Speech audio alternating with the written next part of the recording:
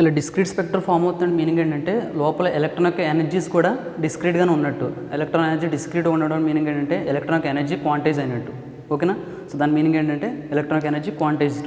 So ఇక్కడ ఇతను చెప్పిన పాయింట్ ఏంటంటే ఎలక్ట్రాన్ యొక్క angular movement is also quantised, must be quantised. ఇంత చెప్పాను కదా, ఏ ప్రాపర్టీస్ క్వాంటైజ్ అవ్వాలంటే క్వాంటమ్ మెకానిక్స్లో అంటే ఈ మోడర్న్ ఫిజిక్స్లో ఎనర్జీ వాల్యూ క్వాంటైజ్ అవ్వాలి, యాంగులర్ మూమెంటం వాల్యూ క్వాంటైజ్ అవ్వాలి, స్పిన్ వాల్యూ క్వాంటైజ్ అవ్వాలి, అండ్ డైరెక్షన్ వాల్యూ క్వాంటైజ్ అవ్వాలి. ఈ ప్రాపర్టీస్ అన్నీ కూడా క్వాంటైజ్ అయితేనే మనకి ఆ యాటమ్ నుంచి వస్తున్న అవుట్పుట్ డిస్క్రీట్ స్పెక్ట్రమ్ అవుతుందని అవుట్పుట్ మనకు కంక్లూడ్ అవ్వచ్చు. ఈ డిస్క్రీట్ స్పెక్ట్రమ్ ఫామ్ అవ్వాలంటే కనుక కంపల్సరీగా లోపల ఉన్న ఎలక్ట్రాన్కి ఎనర్జీస్ అన్నీ కూడా డిస్క్రీట్గానే ఉండాలి. అంటే ఇప్పుడు ఎనర్జీ ఎప్పుడు రిలీజ్ చేస్తుంది ఎలక్ట్రాన్ అంటే ఒక ఎనర్జీ స్టేట్ నుంచి ఒక ఎనర్జీ స్టేట్ ట్రాన్సిషన్ జరిగినప్పుడే. సో ఆ ట్రాన్సిషన్ జరిగినప్పుడు ఎనర్జీ రిలీజ్ అవుతుంది.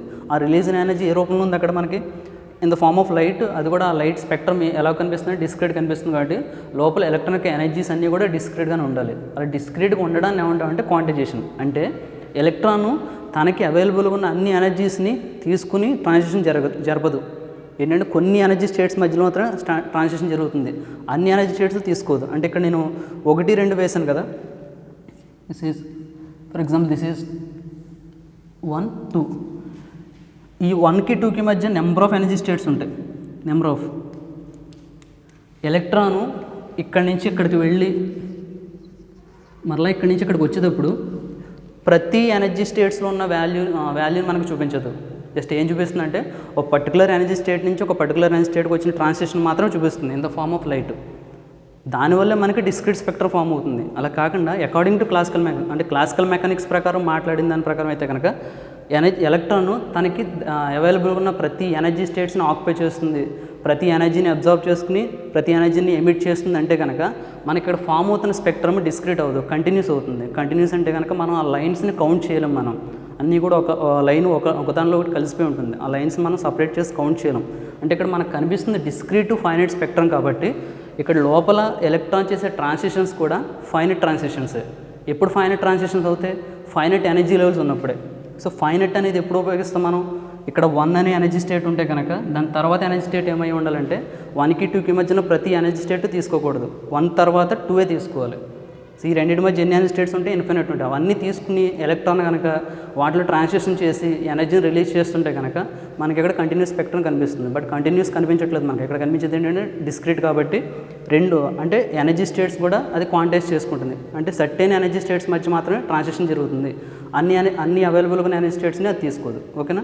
ఈ పాయింట్ మీనింగ్ ఏంటంటే ఇక్కడ సో ఏ పర్టికులర్ ఆర్బిట్లో అయితే ఉంటుందో ఆ పర్టికులర్ ఆర్బిట్లో దాని యొక్క యాంగులర్ మూమెంటం క్వాంటైజ్ అవ్వాలి. క్వాంటైజ్ అవ్వాలంటే కనుక ఫస్ట్ ఆర్బిట్లో ఉన్నప్పుడు దానికి యాంగులర్ మూమెంటం 1h/2 అయితే కనుక నెక్స్ట్ ఏ ఆర్బిట్కి వెళ్తుందంటే ఇంటిజర్ సపరేషన్ ఉన్న ఆర్బిట్కి మాత్రమే వెళ్తుంది. నెక్స్ట్ వెళ్ళే ఆర్బిట్ ఏంటంటే 2 అనే ఆర్బిట్కి వెళ్తుంది. 2 అనే ఆర్బిట్లో యాంగులర్ మూమెంట్ ఎంత ఉంటుందంటే 2h/2 ఉంటుందండి.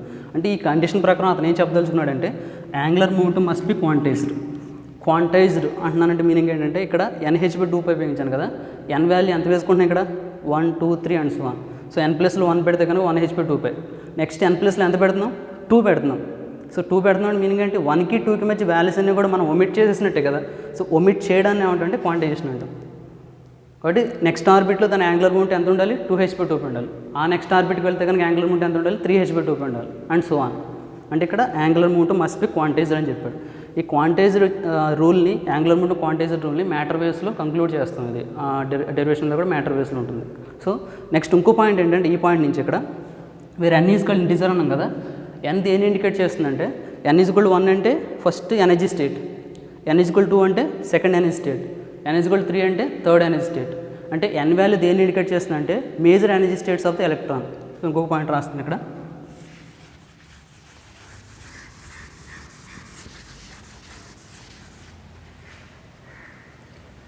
where n indicates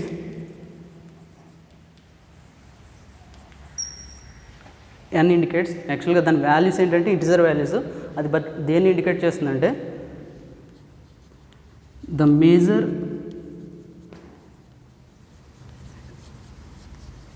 energy state of the electron.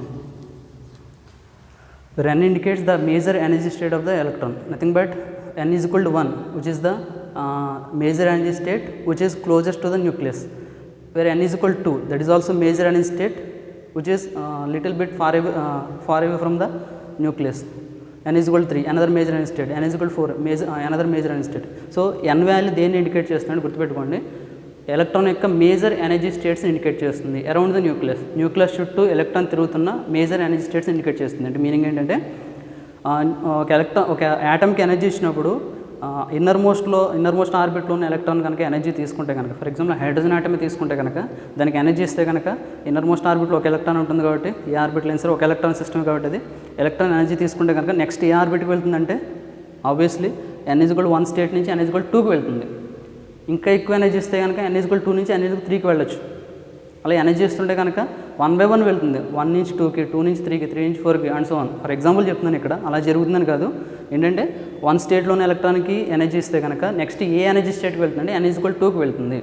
అంతేగాని 1కి 2కి మధ్య ఉన్న ప్రతి స్టేట్ను ఆక్యుపై చేయదు. అంటే మీనింగ్ ఏంటి, ఇక్కడ ఎనర్జీ స్టేట్స్ని కూడా కాంటెస్ట్ చేస్తున్నట్టే కదా. n ఇండికేట్స్ ఏం చెప్పాను, n indicates the major energy states of the electron. So n value ఎంత పెరిగితే అన్ని ఎనర్జీ స్టేట్స్ ఉన్నట్టు, అన్ని మేజర్ ఎనర్జీ స్టేట్స్ ఉన్నట్టు. అంటే న్యూక్లియస్ నుంచి దూరం పెరుగుతున్నట్టు. న్యూక్లియస్ నుంచి దూరం పెరుగుతుందంటే మీనింగ్ ఏంటి, ఎలక్ట్రాన్కి న్యూక్లియస్కి మధ్య ఇన్ఫ్లుయెన్స్ తగ్గిపోతుంది. అంటే ఎలక్ట్రాన్ మీద న్యూక్లియస్కి ఇన్ఫ్లుయెన్స్ తగ్గిపోతుంది. క్రమేపీ ఎలక్ట్రాన్ ఏమవుతుందంటే ఫ్రీ పార్టికల్ అవుతుంది. అంటే యాటమ్ నుంచి కూడా బయటకు వచ్చేసే ఛాన్స్ ఉంది. సో ఇక్కడ n అంటే మీనింగ్ ఏంటంటే మేజర్ ఎనర్జీ స్టేట్. ఓకేనా. సో ఎలక్ట్రాన్ న్యూక్లియస్ నుంచి దూరంగా వస్తుంది అంటే ఫర్ ఎగ్జాంపుల్ అవుటర్ మోస్ట్ ఆర్బిట్కి వచ్చేసింది అనుకోండి, అవుటర్ మోస్ట్ ఆర్బిట్కి వచ్చేస్తే కనుక దానికి ఎనర్జీ ఎక్కువ ఉన్నట్టు. ఎలక్ట్రాన్ ఇన్నర్ మోస్ట్ ఆర్బిట్లో ఉంటే కనుక ఎనర్జీ తక్కువ ఉన్నట్టు.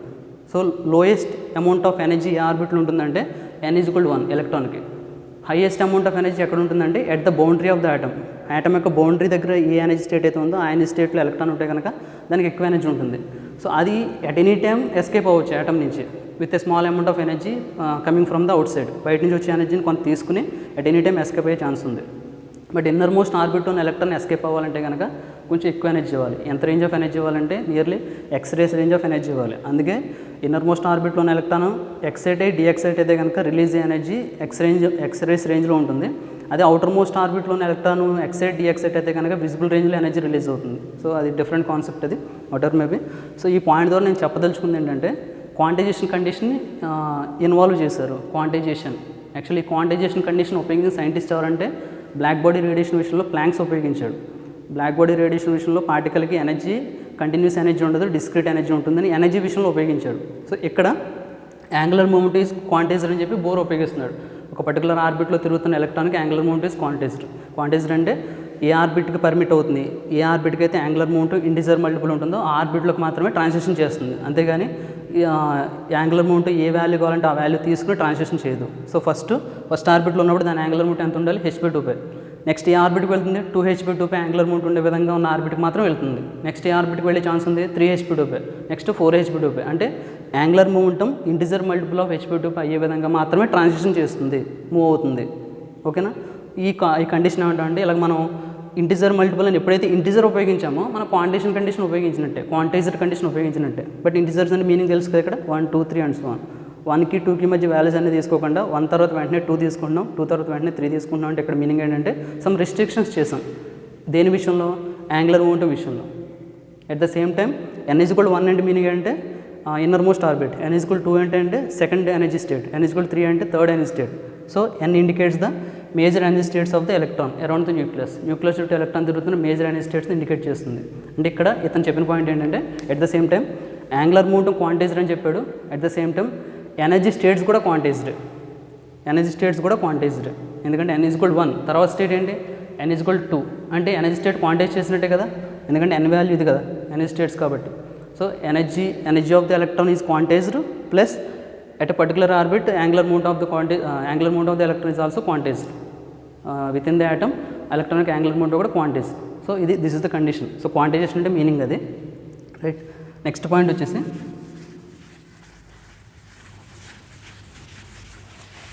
And last point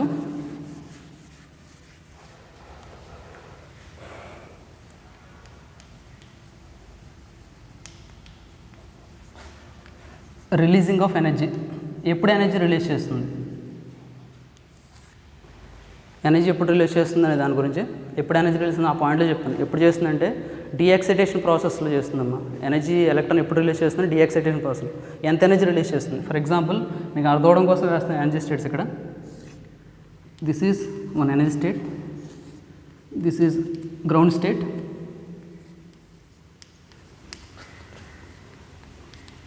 higher energy state. So 2 states system తీసుకున్నాను జస్ట్ మీకు అర్థం అవడం కోసం. ఎలక్ట్రాన్ ఈ ప్లేస్లో ఉంది ఇనీషియల్గా ఇన్ ఇట్ స్టేబుల్ స్టేట్. అంటే స్టేబుల్ స్టేట్ అంటే ఈ స్టేట్లో తనకి మినిమం అమౌంట్ ఆఫ్ ఎనర్జీ ఉంటుంది. When ever energy is incident on the electron in the form of light. Light యొక్క ఎనర్జీని హెచ్న్యూ, ప్లాంక్స్ డెరైవ్ చేసిన ఫార్ములా ఇది. లైట్ ఫోటాన్ యొక్క ఎనర్జీ అంతంటే హెచ్న్యూ. దీన్ని ఏమంటే క్వాంటా అంటాం. This is called quanta. When ever light incident on electron it is excited to the higher energy state which is E2. E2 అనే hire energy స్టేట్కి excite అయింది అనుకున్నాం. అక్కడ ఎంతసేపు ఉంటుంది మీకు తెలిసిన పాయింటే 10⁻⁸ సెకండ్స్ ఉంటుంది. తర్వాత డీఎక్సైట్ అవుతుంది. ఓకేనా. This is energy state 1, this is 2. Already quantized rule గురించి చెప్పాను కాబట్టి డైరెక్ట్గా 1, 2 అని రాస్తున్నాను. It can release energy. When it is excited that means it gets energy, it absorbs energy.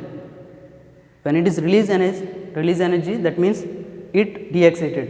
డీఎక్సైట్ అయినప్పుడు when it is deexcited it releases the energy. ఏదైతే ఎనర్జీని ఇది అబ్జర్వ్ చేసుకుందో అదే ఎనర్జీని రిలీజ్ చేస్తుంది. అంటే ఇక్కడ లైట్ ఎనర్జీ రాసాం కాబట్టి ఇక్కడ రిలీజ్ అయ్యే ఎనర్జీ కూడా లైట్ ఎనర్జీ. ఇక్కడ రిలీజ్ అయ్యే ఎనర్జీ కూడా లైట్ ఎనర్జీ. బట్ ఆ ఎనర్జీ దేనికి ఈక్వల్ అవుతుందంటే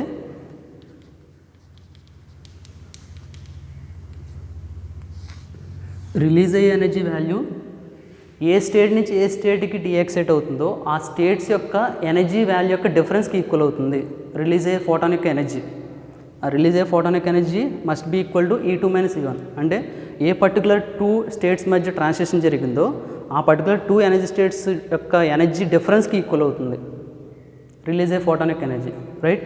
సో ఇక్కడ ఎనర్జీ ఎందుకు ఎనర్జీ ఎప్పుడు రిలీజ్ అవుతుందని చెప్తున్నాను. ఎనర్జీ ఎప్పుడు ఎప్పుడు ఎక్సైట్ అవుతుంది? ఎనర్జీ అబ్జర్వ్ చేసుకున్నాడు. ఎప్పుడు రిలీజ్ చేస్తుంది? డీఎక్సైట్ అయినప్పుడు. డీఎక్సైట్ అయినప్పుడు ఎనర్జీ రిలీజ్ చేస్తుంది కదా. ఆ రిలీజ్ అయిన ఎనర్జీ దేనికి ఈక్వల్ అవుతుందంటే రిలీజ్ అయ్యే ఎనర్జీ ఏ రూపంలో ఉంటుందంటే లైట్ రూపంలో ఉంటుంది. లైట్కి ఎనర్జీని క్వాంటా అంటాం, లైట్ ఫోటాన్కి ఎనర్జీని క్వాంటా అంటాం. దాన్ని హెచ్న్యూతో ఇండికేట్ చేస్తాం. ఆ వాల్యూ దేనికి ఈక్వల్ అవుతుందంటే ఏ 2 ఎనర్జీ స్టేట్స్ మీద ట్రాన్సిషన్ జరిగిందో ఆ 2 ఎనర్జీ స్టేట్స్ యొక్క డిఫరెన్స్కి ఈక్వల్ అవుతుంది.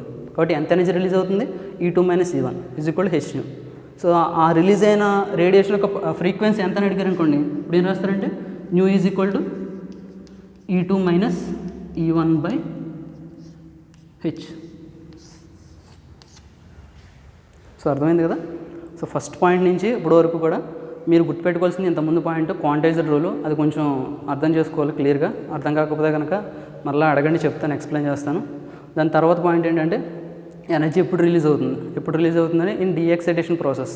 డీఎక్సైటేషన్ అంటే మీనింగ్ ఏంటి? దానికన్నా ముందు ఎక్సైటేషన్ జరగాలి. అంటే ఎనర్జీ ఇచ్చినప్పుడు ఎక్సైట్ అవుతుంది. అక్కడ పర్టికులర్ టైం స్టే చేసి మరలా డీఎక్సైట్ అవుతుంది. డీఎక్సైట్ అయినప్పుడు తీసుకునే ఎనర్జీని రిలీజ్ చేస్తుంది. సేమ్ ఫామ్ అవ్వచ్చు లేదా డిఫరెంట్ ఫామ్ అవ్వచ్చు, but almost same quantity of ఎనర్జీని రిలీజ్ చేస్తుంది.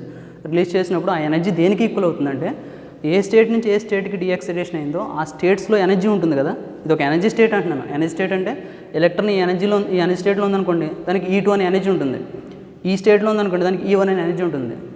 ఆ వాల్యూస్ అని ఏమి ఇవ్వట్లేదు, నేను జస్ట్ ఎనర్జీ E1 E2 కి చూపిస్తున్నాను. ఆ రిలీజ్ అయిన ఎనర్జీ దేనికి ఈక్వల్ అవుతుందంటే ఆ 2 స్టేట్స్ యొక్క ఎనర్జీ డిఫరెన్స్కి ఈక్వల్ అవుతుంది. Nothing but E2 - E1. ఇక్కడ E2 - E1 ఎందుకు రాస్తున్నాను? E2 అనేది హైయర్ ఎనర్జీ స్టేట్, E1 అనేది లోయర్ ఎనర్జీ స్టేట్. కాబట్టి రిలీజ్ అయిన ఎనర్జీ ఎంత అంటే E2లో ఎంతైతే ఎక్స్ ఆఫ్ ఎనర్జీ ఉందో అండ్ E1లో ఎంతైతే న్యాచురల్ ఎనర్జీ ఉందో ఆ ఎక్సెస్ ఎనర్జీ తీసేస్తే వచ్చే వాల్యూ ఎంత వాల్యూ? E2లోంచి E1 తీసేస్తే ఆ వాల్యూ వస్తుంది. ఫర్ ఎగ్జాంపుల్ ఇక్కడ ఇది 10 జౌల్స్ అనుకుందాం, ఇది 5 జౌల్స్ ఆఫ్ ఎనర్జీ అనుకుందాం. యాక్చువల్గా అయితే ఎలక్ట్రాన్ వోల్ట్లో చూపించాలి. 10 ఎలక్ట్రాన్ వోల్ట్స్ 5 ఎలక్ట్రాన్ వోల్ట్స్ అనుకుందాం. ఈ ఎనర్జీ స్టేట్ ఏంటంటే 5 ఎలక్ట్రాన్, అంటే ఇందులో ఎలక్ట్రాన్ ఉంటే కనుక దానికి ఎంత ఎనర్జీ ఉంటుంది? Through out the orbit 5 electron volts energy ఉంటుంది. ఏ ఎనర్జీ స్టేట్కి వెళ్తుంది? ఎంత ఎనర్జీ తీసుకుంటే 10 ఎలక్ట్రాన్ వోల్ట్స్ ఎనర్జీ స్టేట్కి వెళ్తుంది. ఇప్పుడు రిలీజ్ అయినప్పుడు ఎంత ఎనర్జీ రిలీజ్ చేస్తుంది అంటే E2 నుంచి E1కి వచ్చేటప్పుడు ఎంత ఎనర్జీ రిలీజ్ చేస్తుంది? 10 - 5 nothing but 5 electron volts. That is the concept. అంటే ఎప్పుడు ఎనర్జీ రిలీజ్ చేస్తుందని చెప్పడం కోసం, ఆ రిలీజ్ అయిన ఎనర్జీ దేనికి ఈక్వల్ అవుతుందని చెప్పడం కోసం ఈ కాన్సెప్ట్ అంతే. ఓకేనా?